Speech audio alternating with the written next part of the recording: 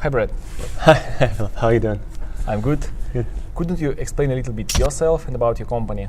Sure. So I'm the technical director at Rebel.com, and Rebel is a hosting company and domain name registrar. We're based in Ottawa, Canada. We have most of our staff there in Ottawa, and we have international clients and a wide variety of publishing tools like hosting and websites and email and all that. Couldn't you explain a little bit Canada in numbers? For example, how many shared hosting are in Canada, in your opinion? Maybe how many domains are .ca in Canada? Sure. So based on the registrant country, there are 13 million domain names in Canada registered to Canadians. Of those, there would be approximately, I think the number is like 2.8 million .cas. And I think, we use Pandalytics to give us some information on domain usage. And so I believe that about 4 million of those 13 million are in use, have websites on them. So which ones are shared hosting? It's hard to tell, but we know that 4 million, 4 million domain names and 4 million sort of websites in those numbers, yeah. Okay, and when I was in Canada, there were people who speak French and do not speak English at all. And there are people who speak English and do not speak French at all. Yes. So it's like a unique country in that case. Yeah. And there's no conflict absolutely between them, so just... No, there's no conflict. There's different culture across the country, of course, and we have a very wide country, as you know.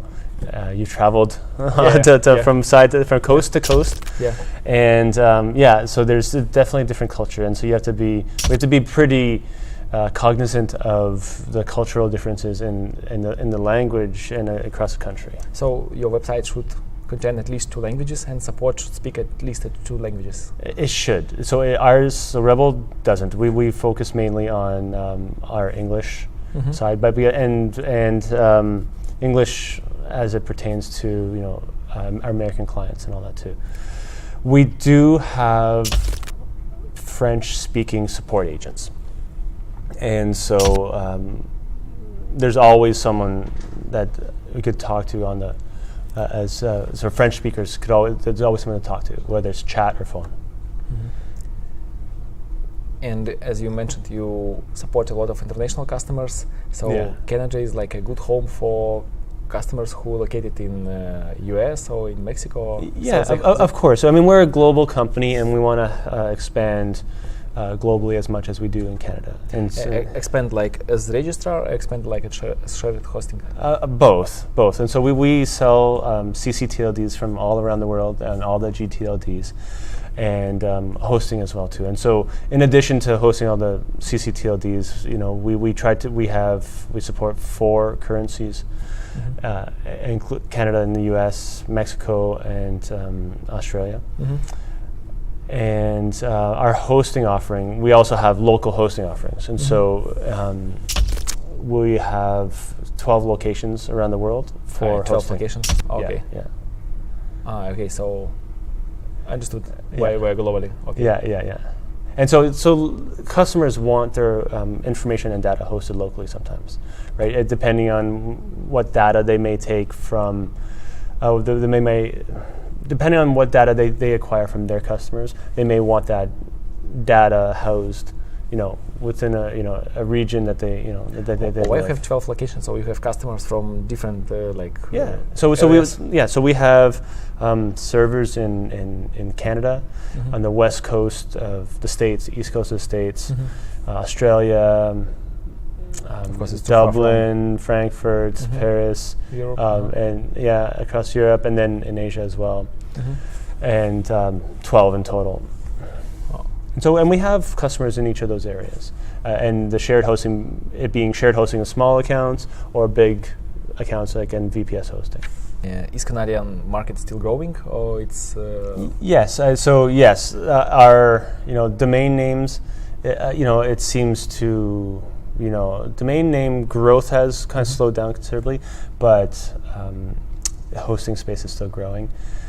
I think, these are, and I'm not sure how global these stats are, but I know that in Canada and the States, only 60% of businesses have websites. There's still a huge market and a huge opportunity for people to come online, get more out of it too. I mean, it's not just about, it's easy to launch a small website, but then to do more with it is even, more important for them.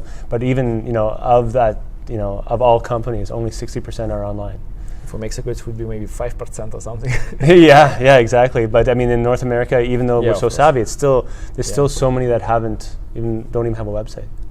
And about average price for shared hosting, as I see in Canada, it's really a little bit more expensive than in the US. And also, I meet some hosting companies who run maybe $1-2. They are from India, and they would like to run of course, no French support. Of course, no support. Maybe very bad, very slow. But they sell for $1-2 in Canada. As I know, they are not very successful, but they do it like that. So maybe two questions: one is about average price in Canada, and other, do Canadians prefer quality or price? Yeah. So Rebel we start our shared hosting around $5 a month. I think that we plan to put ourselves not at the bottom, but like one or two up from the bottom. And so we're not the cheapest, we're not that expensive, and we try to be kind of like lower than half. So I'd say the average is probably about $5 to $10 a month starting, and then of course it grows with features and performance. But our customers definitely want quality. They expect quality. They come thinking that their website should never go down. They come thinking that it shouldn't get hacked, and they come thinking that it should be fast. So, and when it's not, they think that they get upset. And so I mean, you kind of have to start at that level of quality.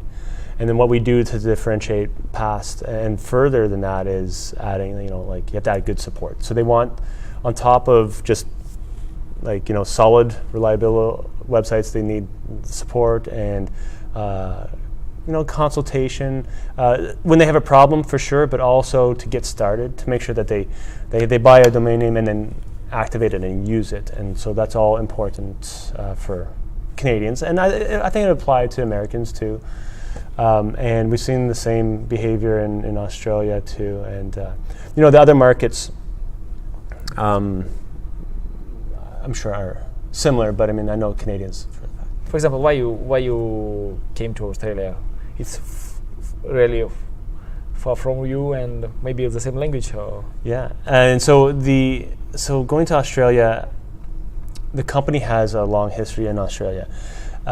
It was an opportunity that came up 20 years ago, or no, I don't know the exact date, but it came up, and we've had domain name customers in Australia for a long time. So it made sense then to offer hosting located in Australia. So it was an opportunity to sell .au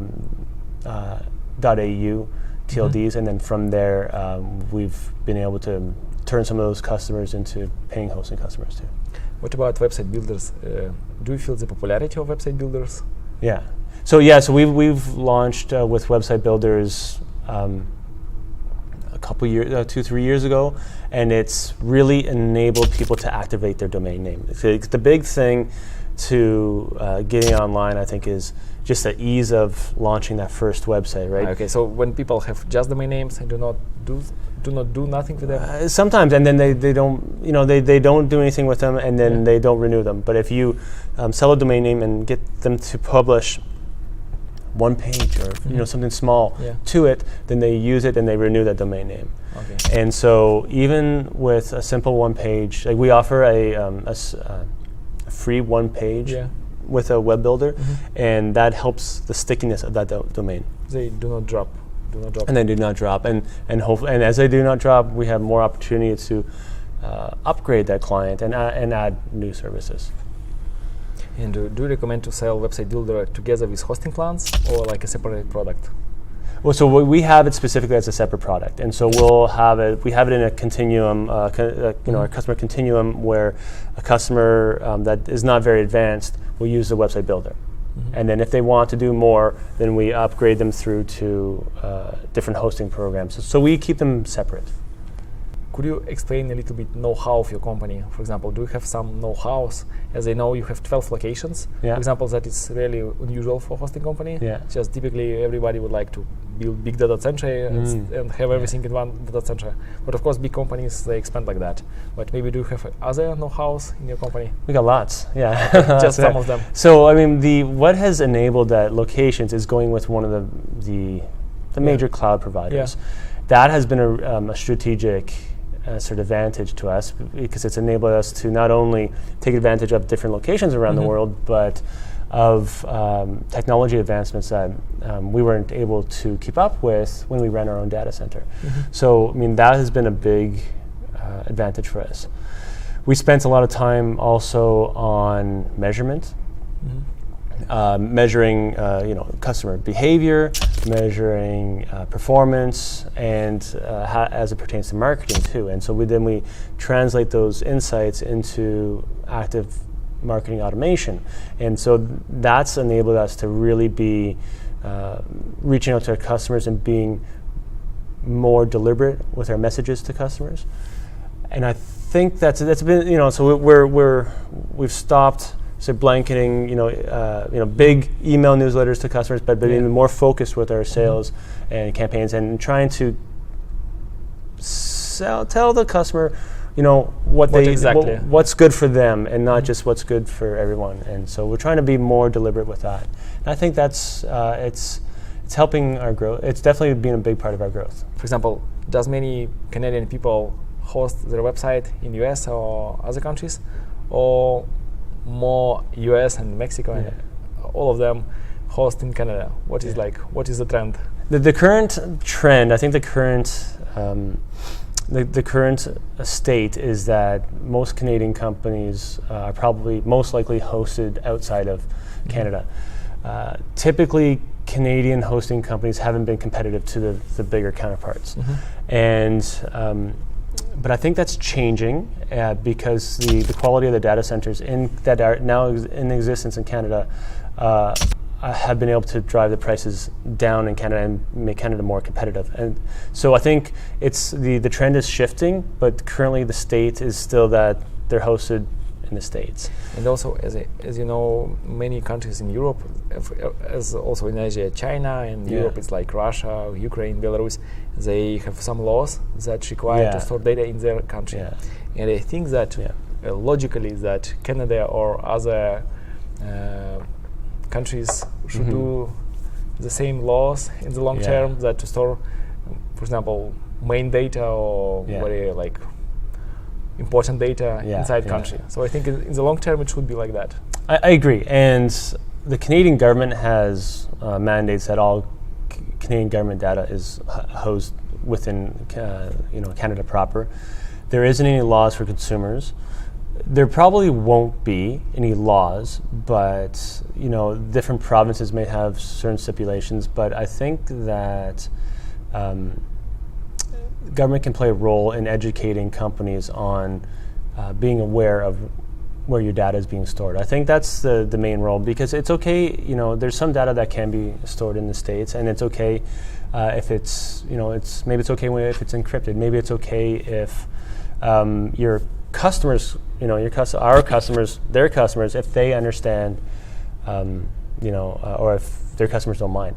So I think it's an awareness thing and the role that we have to play and the government has to play. And also just we feel when we was in Canada that Canadian people really proud of Canada, so they put your logo everywhere. So there are many countries like ours, for example, people not proud of country, so they love country but not so much. But in Canada, people really love Canadian products, and also if you see something Canadian, so typically it should be good company. And also you have many domain names and less shared hosting. So it's typically, of course it's usual for every company, but as I understood, in Canada, one shared hosting typically has 5-10 domains on average. Yeah, we have that too. So we have shared hosting that has one domain name, and we also have ones that have more. And so definitely, some folks definitely need a few domain names. We have a lot of clients where they build websites for other people, and so they'll host 2 or 3. They're kind of like a reseller, but moreover, they're just building for others, and they'll host 4 or 5 on their account. Okay, and could you maybe share some ideas of marketing, for example, that really worked for you? For example, it could be old ideas, but it's still interesting for our listeners. For example, some ideas that really work good for marketing. Yeah, we've been running like 70% off the first term, and that's really helped with the sort of initial growth. So you did the campaign when you just 70%? Yeah, it's actually become now a standing campaign. That's always the case. So, our initial price is 70%, and that helped to kickstart some of our new products.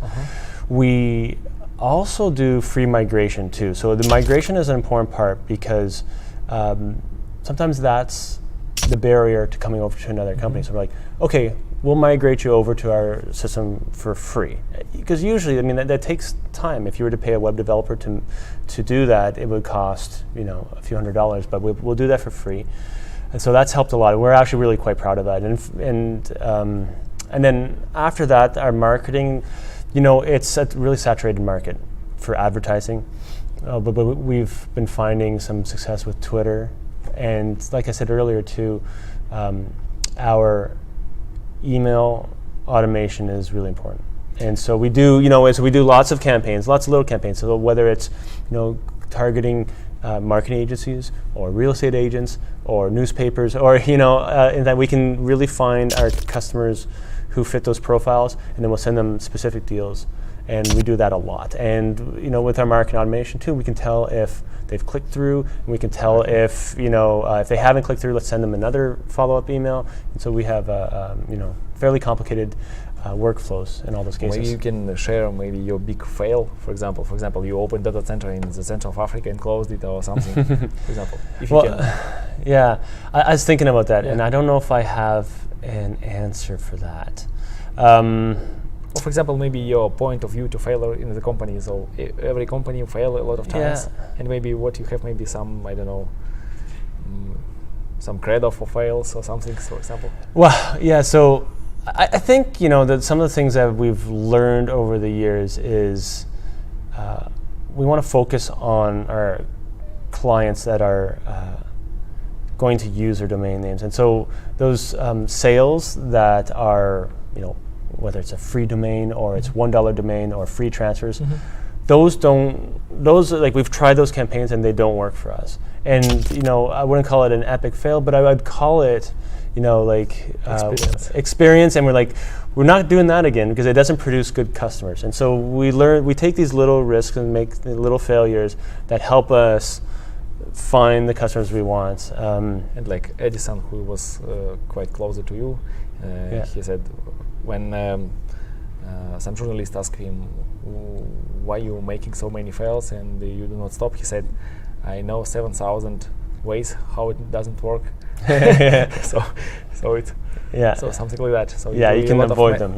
So lots of little failures. Do a lot of small MVPs, test them, and well, that's exactly what we do. And so we're a very we follow the agile methodology very across the whole company.